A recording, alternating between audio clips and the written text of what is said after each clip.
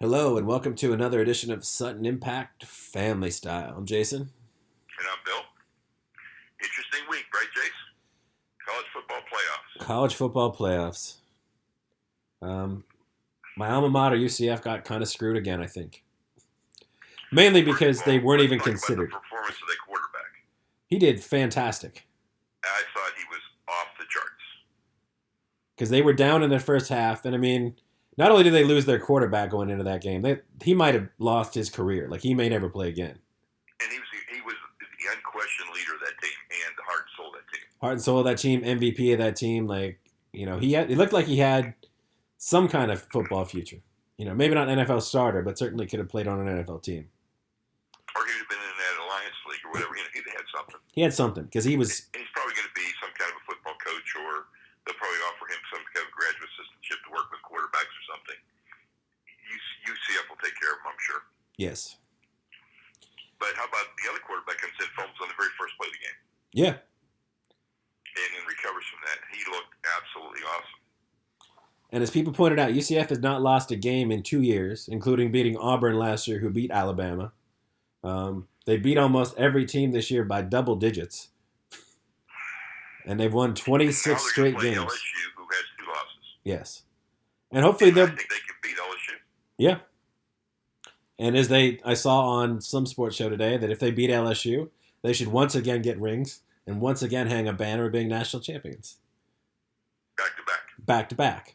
And again, I mean, the board that picks the teams is run by Power 5 conference schools, and if you're not in one of those conferences, their conferences get money based on how the bowls their teams are in. So and I compare it to a country club, Jason. It's easy to make the rules if you're the member.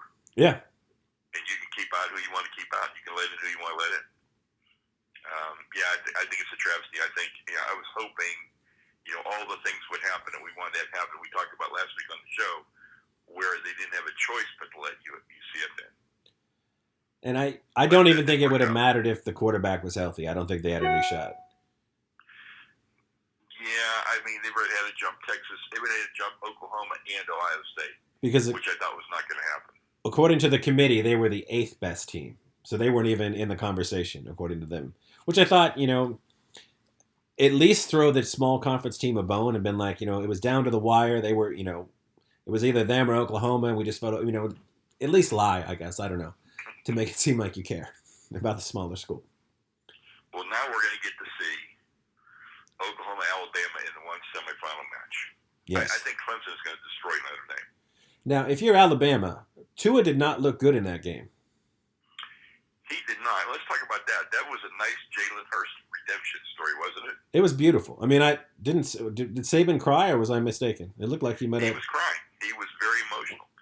And don't you think it's really something for Georgia to have been the team victimized by both of those quarterbacks now?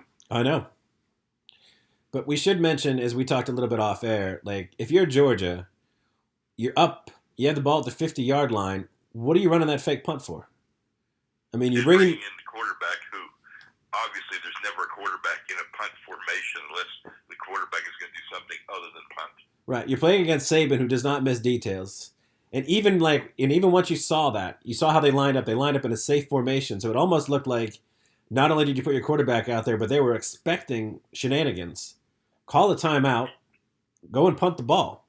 Like, you're winning. You got them on the ropes. Don't I understand. You like the aggressiveness, but it once you saw that play had no chance of working. You were going to do. You couldn't be aggressive against Saban with that personnel on the field. No, and unless you had your do a fake, it was going to have to be with the punter. Yeah. Not with the gunner. No, or you have whoever you normally have back there is your gunner. Like, see if he can throw the ball or work something. I mean, you can't run that play. It's a shame. But again, Jalen Hurst, it would have been, nobody would have held it against him last year if he transferred, No. Tua came in, and Tua was lightning in a bottle, and he looks like, he's on everybody's radar as a future NFL quarterback. And, if you're Jalen Hurst and you had moved on to a different school, but it was really nice to see that moment. And as much as, I don't know. It was. It was a very, very powerful moment. And so there's an online poll, and I voted for Kyle Murray for the Heisman. No Haskins?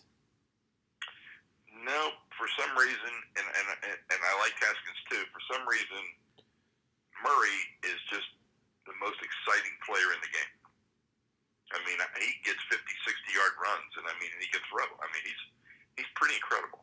He is. And I've watched Oklahoma probably 5 times this year, and I've seen him just, they're up a touchdown or down a touchdown. This guy can just do whatever he wants to do. It's like he writes the script. So he's my pick. I don't know if he'll win, but he's my pick.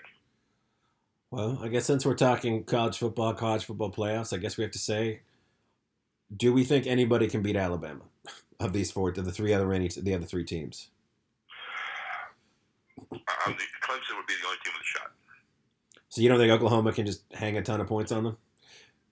I think Oklahoma's going to hang a lot of points on them, but I think Alabama's going to be able to stop them. I mean, I don't think they're going to score 50 points on Alabama.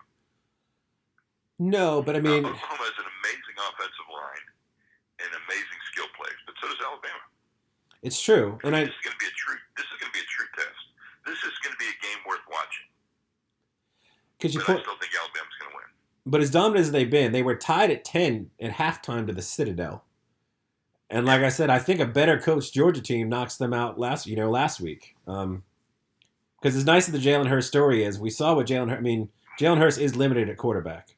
Typically, I mean, unless a lot has changed, and Tua has looked a bit shaky at times this year. So, but Oklahoma's defense is very limited. It's true. But they're more limited against a passing team than they are running team. And you give Notre Dame any shot in the other? No. No. A lot of people are people have always been anti-Notre Dame. So. I like Notre Dame's team. I think it's a better team than the last time they were in the college football playoffs. I just don't. I think Clemson is just a better team. Because I know a lot of people were. I mean, people have been hating Notre Dame since I was a kid, though. So I know. I love Notre Dame. It's not really new, yeah. But I mean, it seems like there was a lot of people that didn't feel like they should have been there either. So. But I've never seen a worse matchup in a conference playoff game than Clemson Pitt. I mean, Clemson scored in the first play of the game. Yeah. No, Pitt's a really bad. I mean, everybody beat Pitt this year. Pitt's never. Yeah, I don't know. But I will give a shout out to Pitt for wearing the 1976 Tony Dorsett uniforms, which I think are really good looking uniforms. It's a good look, no question about it. It's very distinctive compared to when Pitt had navy blue and old gold noses. This is the look Pitt should stay with. Yeah. Well, very distinctive. Well, I guess we can graduate from college to the NFL. I think the only thing that's really changed, and I know people, but I think people come to hear our Steeler talk. But the Steelers. This might be the last week we talk about the Steelers. It might be, because as much as 3 weeks ago, I thought they had turned that ship around and they looked like a legitimate, especially in an AFC where, Kansas City can't stop anybody. New England looked a little bit vulnerable at the time. They looked like they could be a Super Bowl team. And now, as we discussed off air, there's a chance they won't make the playoffs. Unfortunately, I think the Steelers' season peaked in the Thursday night game against Carolina. And they looked unbelievable that night, and they've looked totally beatable since. And Carolina has looked really bad since. The first half last night, they looked unbeatable. They did. And then kudos to the Chargers coaching staff who turned that game on its ear and outscored them 23-7, I think, in the second half. Yeah, it was the first time. The first time they were 200-0-2 with a lead at halftime like that. With a 14-point lead at Heinz Field, which is pretty incredible. Yeah, really incredible. And again, they were just coaching. Actually, it might not have been Heinz Field. It might have been in Pittsburgh. I think in Pittsburgh. Yeah, I think it's I think it's since the merger. So that's a long time. That's a pretty incredible stat. But people have been pointing out that the Steelers had a linebacker on Keenan Allen most of the game. And then I did some research, and apparently that's been a staple with Pittsburgh's defense, with both with going all the way back to LeBeau, all the way through, so with both Cowher and Tomlin as head coach. And Keenan Allen had 14 catches last night for 100-something yards. And L.J. Ford played the whole game and played a good game. Yeah. He was never really beaten by him. He was always there. He catch him, he tackled him right after the catch. It's not like he had any long gainers. No, but I don't think you can ask a linebacker to consistently guard a wide receiver, even one that's not known for being a burner speed-wise. And I know, if you're doing a glass half full, you could say, there was the fluky touchdown in the first half where Russell Okung ran backwards and they didn't call the false start that led to a touchdown. There was the bizarre interception that should have been that led to a touchdown where Joe Hayden caught the ball and then Sean Davis popped him and the ball popped into the Chargers' hand for a touchdown. So there was some fluky, some flukiness. Sean Davis about knocked Joe Hayden out of the game. Yeah. They did put him out for a play or two. Yeah, no, Joe Hayden was on the ground. Immediately necessitating Artie Burns meaning I'm going to get burned, on the next play for the 2-point conversion. He's running behind like he always is. You always know what Artie Burns is because you see his number and his name all the time. You see his back. And considering Artie Burns was one of the fastest players in the draft, the year they drafted him, he got beat by Antonio Gates, who is 52 years old. I mean, yeah. And handily, just beat him to the back of the end zone. Yeah. I just, I know that people say we're trying to, reverse jinx the Steelers, but they just do not look like, a team right now. Whereas the Patriots. So were we 10 games in the season now? Or 11? No, 11, right? 11 or 12? Well, yeah, the Rams are 11-1. I think we're in week 12 now. I think we just. Okay, yeah, because the Steelers have Oakland, New England, New Orleans, Cincinnati left. So they have 4 games left. Yeah. So 12 games. So you and I talked offline. I said I think at best, the Steelers go 9-6-1. Right. But I think they're going to go 8-7-1. They have, I know that they're favored. I think they're favored by 11 points in Oakland this weekend. And as bad as, the Steelers play terrible against Oakland all the time. Regardless of where they play them, by the way. Right. And they're playing in Oakland, which is, Yep. I think there's I don't think this team looks like again, I'm not a psychiatrist or a coach, but they don't look like they're, a very well-gelled super. You watch Seattle right now, who's playing really good football. They seem like they're all on one page. They're all excited and pumped up. And this team seems like there's some dissension and some I don't know. Well, here's my new playoff predictions. You ready? Yes. The freaking Patriots. Right. Houston. The Ravens. Kansas City. And the wild cards of San Diego and Denver. Yeah. That's what I'm thinking. Because again, Pittsburgh would lose they'd lose the tiebreaker to Denver if they were able to. Both of them. Yeah. So that's my AFC. I give some thought on the NFC. Maybe we'll do that next week. Yeah. Our revised predictions. But it's I don't know what to think. Well, the NFC, you've got the two clear tapes at the top. You got obviously New Orleans and St. Louis now. Los Angeles Rams. No longer the St. Louis Rams. And I think the Saints, I know they lost 13-10 and the Cowboys played a phenomenal game defensively, but it was a Thursday night game. And we've seen over the years, those are just bizarre games. And I don't think the Saints are going to have a stinker like that again. Okay, so we're going to go the Saints, the Bears. And the Bears are going to win their division. But I don't think the Bears are a bizarre team because I don't, they've got Khalil Mack and Tariq Cohen and a few players, but I don't think they can do much, much damage. Okay, I'm going to say the Cowboys are going to win the NFC East now. The Cowboys win the NFC East. I think Seattle is a very dangerous 5 or 6 seed because I think they're going to sneak in. Agreed. And then that other spot is really up for grabs at this point. I think whoever it is going to be a pretty bad team. It could be the Redskins. I know. You still have the Eagles kind of lurking, but they just look like they're just not the team they were last year. No. I don't think any of them. Obviously the Packers are out of it. The Vikings lost again. Falcons are out. Carolina's kind of shot themselves in the foot. Tampa's been, it's just that last spot, it seems like people don't want it. The last spot might be an 8-18. It might be. Or 7-19. Which has happened. Would be sad, but it could happen. But I feel like Mike McCarthy gets fired yesterday, and then I read recently online that Aaron Rodgers had been disregarding McCarthy's play calling and called what he wanted to call. So was Aaron Rodgers playing to get McCarthy fired?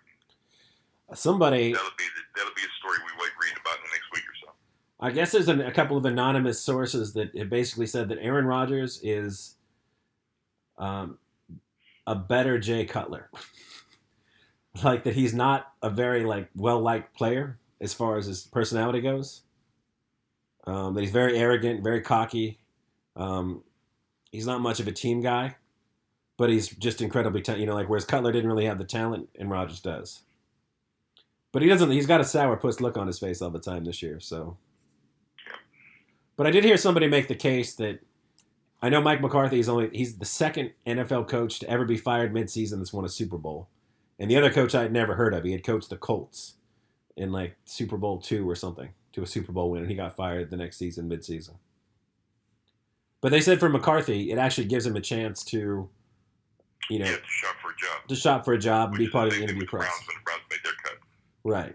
So, and he doesn't have to deal with another 4 weeks of, are you going to be, right, speculation. Dead man walking. Yeah. Well, let's stay with the NFL. Let's talk about Kareem Hunt. That video was not a good video. Video was not a good video. His interview was not a good interview. No, I did not feel like he really didn't say anything other than, I'm sorry, I was wrong, I did a bad thing. And that's what he said over and over and over and over. It's all he said. He wouldn't provide any specifics. And, I don't know if he should have, given that this is going to be in litigation and everything else. So I'm sure that he handled himself based upon what he was told by his counsel. I guess for me, and I know it's tough because I don't want to judge people based on the way I feel like they should look. He's on the TV, who knows what his day was like, everything else, all those, all the different factors you can have. But I didn't believe his contrition. I didn't believe he was either upset about what he had done or embarrassed or, It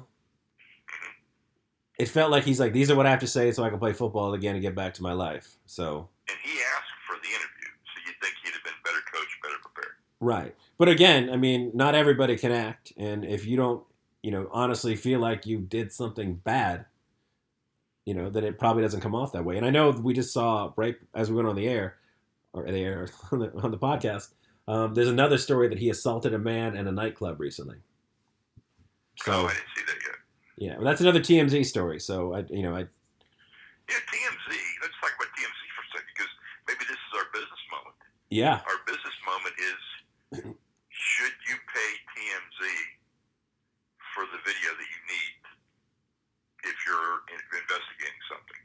Because obviously TMZ's business model is they will pay for the video. Right. And so that's not lost on people. Because if you saw that entire video of Kareem Hunt, you saw 2 or 3 people shooting video. Yeah. And one of Kareem Hunt's buddies grabbed the one phone that one of the girls was using and took that. Yeah. So there's no telling where that video came from. Obviously, somebody in that group shot that video. But this also... And that's the business model. So if you were the NFL and you were investigating Kareem Hunt, you were told this happened, and you didn't investigate, you asked for the video, and you were told that that nobody had the video other than TMZ. And TMZ said you can have the video, you're going to pay for it. So would you pay for it or not? Well, back to the NFL. First off, if TMZ can buy a copy of the video, why don't know why the NFL couldn't also buy a copy of the video if it was something really important to that, Now, I don't know, the legality and all that sort of stuff of that, but if you're the NFL and you've supposedly been investigating this, how is it that you didn't talk to Kareem Hunt? I understand, the girl was that nobody could talk to the girl. She just didn't want to be interviewed. She didn't want to be talked to. She was avoiding all that stuff. But how come you're the NFL, you're doing this investigation, you couldn't talk to the one guy you definitely could talk to? He's one of your employees. And again, it just goes to show you that this thing has carried on since Ray Rice. And Ray Rice is, 2 years now? I think even longer than that, actually. Well, look how... So they've said they're doing all these things better, and are they really doing anything better? I have no idea. This has been one of the worst. I mean, if they were against domestic violence, and that's what they're doing, and they were having these training programs and all these things happening. We sure haven't heard much about it. We sure haven't learned much about it. And even if it does exist, it's not effective. Now, I know the NFL loves talented people. You know, Randy Gregory, all these other guys that get second chances, or Joe Mixons and Tyreek Hills, and go on. The list goes on and on of domestic violators and all those things. Would you, if you're the NFL, you know, Kaepernick, Kareem Hunt, let him be your scape? Be like, I know he's talented, not probably like, you know, 20 teams would sign him next year, hoping that, you know, people would just sort of forget about it. But would he be the guy you could be like, let's use him as an example?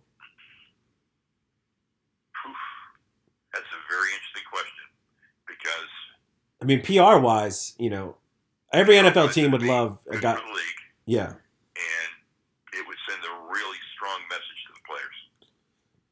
And to the public that's getting a little. You made a verb out of Kaepernick now. Yes. Because again. Interesting way to phrase it, Jason.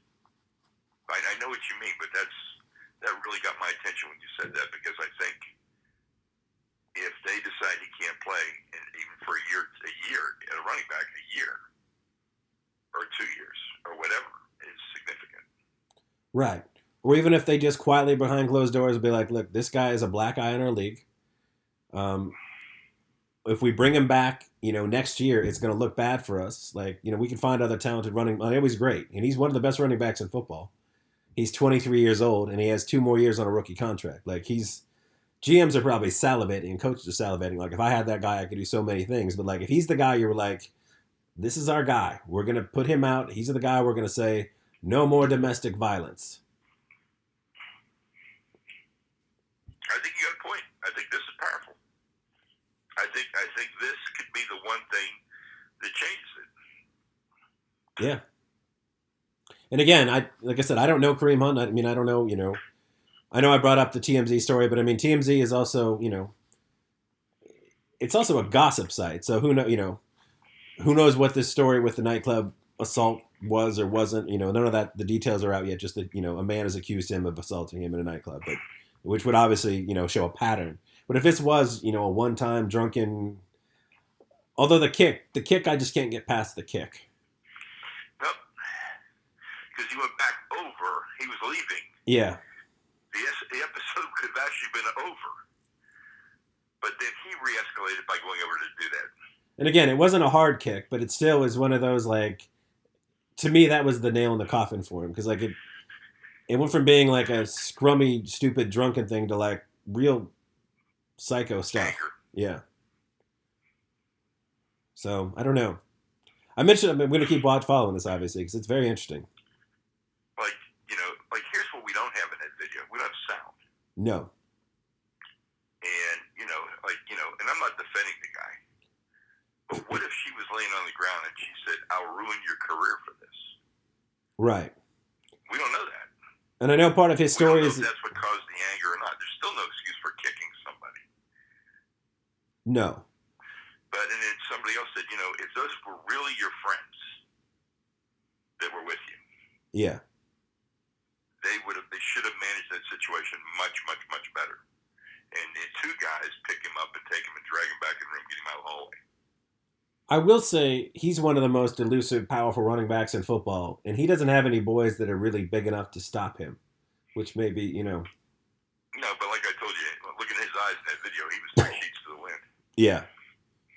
But I figured, like, you know, Tracy Morgan on 30 Rock, he's got Grizz and .com, who were just 2 monsters of men that he gets to hang out with that can just pick him up and move him away. And all of Kareem Hunt's boys seem kind of small, so... If he's an out-of-control person, he needs at least, you know, like a monster to sort of just pick him up like a child and take him away. You raised an interesting point, though. I mean, I like the fact you phrased this like this. He could become the poster child, and maybe if you have a poster child this visible now, I mean, this is a guy in his prime. You could argue Ray Rice was past his prime. Ray Rice was on his way out of the league regardless. He was an easy not to rehire. He was averaging... Over the last, I think, 22 games of his career, he averaged like 3.2 yards a carry. Yep. Like, he wasn't the guy that broke out that, you know, 29, you know, in 4th and 29 and, like, drove through 4 people from a couple years ago. Like, he was a 29-year-old running back averaging barely 3 yards a carry.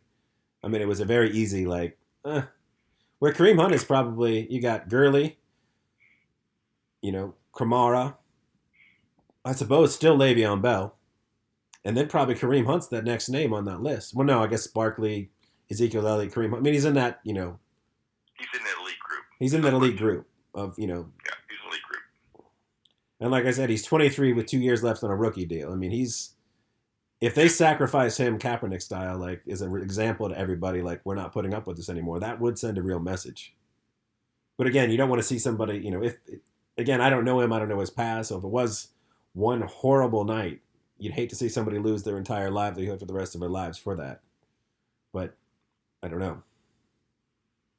But it is a chance for the NFL to really look like they have some teeth and really do care about an issue. Well, we'll have to track it and see. How about entertainment?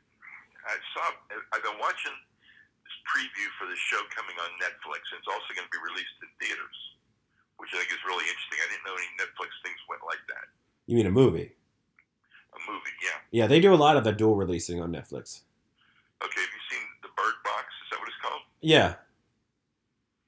That looks really intriguing to me. And I know people I have no idea why. I have no idea what the story is. I know nothing about it. I know people have compared it to A Quiet Place. Gets my interest. Yeah, people are trying to compare it to A Quiet Place, but The Bird Box is actually based on a book that came out a long time before The Quiet Place was ever even a thing. And also, The Quiet Place is a trash movie. Just throwing it out there. What have you heard about The Bird Box? I've heard it's pretty good. Basically, if whatever this entity is, if your eyes are open and you look at it, it projects your worst fears in front of you and pretty much drives you insane. So whatever it is, it's kind of a psychological thing. Whatever your worst fear is, it finds out what your worst fear is, and then manifests it so you see that the thing you're afraid of. Yes. It sounds interesting. So you have to be basically blind and walking, so you can't see. Yeah. It does. All right. Well, I'm probably going to try that. It looks just really intriguing to me. Yeah. I watched all of The Little Drummer Girl. And? I really liked it. I thought Florence Pugh, who is the female lead, gave one of the best acting performances I've seen in a long time. I thought she was phenomenal on that show. I thought it was a really well directed, well written, well shot sort of show, but I thought she just gave an incredible performance. And I also applaud it because I thought it did a really good job.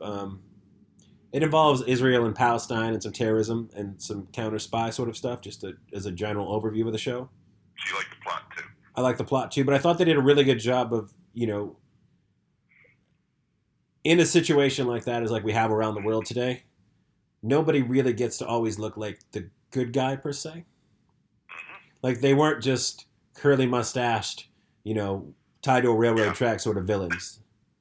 Okay. You sort of understood their motivations and sort of why that they were doing the things that they were doing, whether, and I thought that was a nice contrast to a typical, terrorism sort of plot, if you will. Interesting. But it is very, very good. Good tip. You got a food moment? I've actually sadly been pretty sick, so I really haven't eaten anything good lately. Although I did have one. Oh, you got something? I'm going to tell this on myself. This is embarrassing. Well, I just ordered a bunch of food on Goldbelly. I'm going to make that one of my food moments coming up in the next couple weeks. But for some unknown reason, Jason,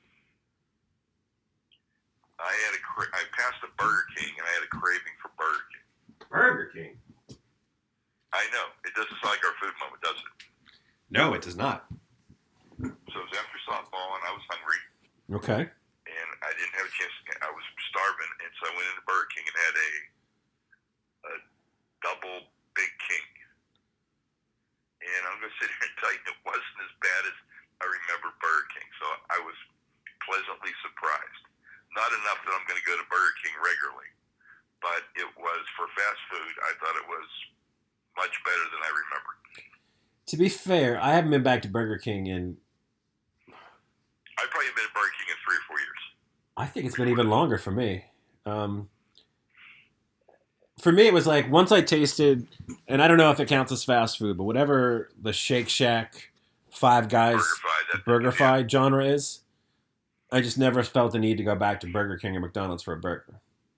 Now, I have, had McDonald's 24-hour breakfast at like 4 in the morning before, but that's a little bit, a little different. Yeah. So Burger King, wow, for a food moment, that's very bizarre. I know, I'm embarrassed. I do actually Don't be have, embarrassed. I have a food moment I forgot about. Okay. Whole Foods. Good. Save the show and our reputation. I think this will barely. Whole Foods actually, I'm a big fan of just tortilla chips, especially like if you go to like a really authentic Mexican restaurant where they make the actual chips themselves. Because obviously the ones you get at the grocery store just don't quite come close.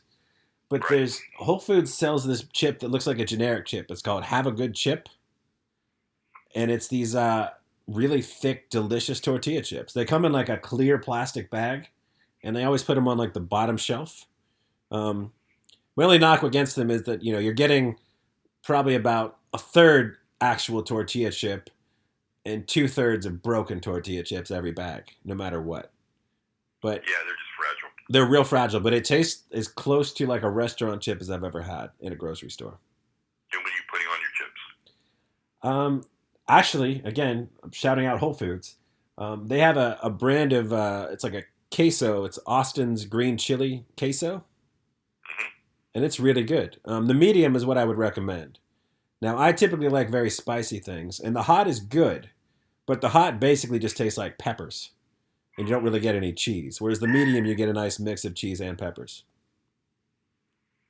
Okay. So I guess I'm recommending Whole Foods and all of their wonderful products. Yes. I thought I watched something else really interesting. I But did have Mission Barbecue cater my softball party, and it was outstanding. We had brisket and baby back ribs, and the ribs were to die for. They were very, very tender. But Very, very I've talked tender. about Mission before, so I had to be honest and talk about the Burger King thing. Yes, of course. And I thought I had watched something else interesting, but I don't think I have. My bad. Yeah. But next week we should be talking probably more NBA at this point. I mean, the NBA is we're still waiting. It's 20 games in. I mean, Toronto, So Golden we State, see some trades. see some trades. We've been speculating on the Markel Fultz trade, Yes. so we'll see if anything comes for that. Yeah, and see if I still feel like Houston has a big move in them. I mean, if they're willing to supposedly give up 4 first-round picks for Jimmy Butler, with the debacle in Washington, although, if you're the Wizards, let's just have a quick NBA moment, just because the Wizards have been a big thing. You've got Otto Porter, your big three paycheck-wise, who all make way too much money. You got Otto Porter. You got Bradley Beal, who's probably, he's 25. He's the most desirable piece you have.